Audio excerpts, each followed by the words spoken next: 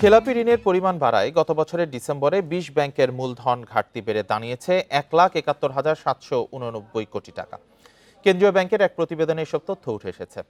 এতে দেখা যায় সেপ্টেম্বর প্রান্তিকে এই ঘাটতি ৫৩,২৫৩ কোটি টাকা হলেও ডিসেম্বর প্রান্তিকে সার্বিক ঘাটতি বেড়েছে ১,১৮,৫৩৪ কোটি টাকা। এ সময় আরও ৪টি ব্যাংক মূলধন ঘাটতিতে পড়েছে। ২০২৩ সালের ডিসেম্বর শেষে ১০টি সরকারি ও বেসরকারি ব্যাংক ৩৯,৬৫৫ কোটি টাকা মূলধন ঘাটতির সম্মুখীন হয়। বাংলাদেশ ব্যাংকের প্রতিবেদনে বলা হয় ২০২৪ সালের ডিসেম্বর শেষে ব্যাংক খাতের সম্মিলিত মূলধন ও ঝুঁকিপূর্ণ সম্পদের অনুপাত বা সিআরএআর কমে দাঁড়িয়েছে ৩.০৮%, যা সেপ্টেম্বর শেষে ছিল ৬.৮৬%।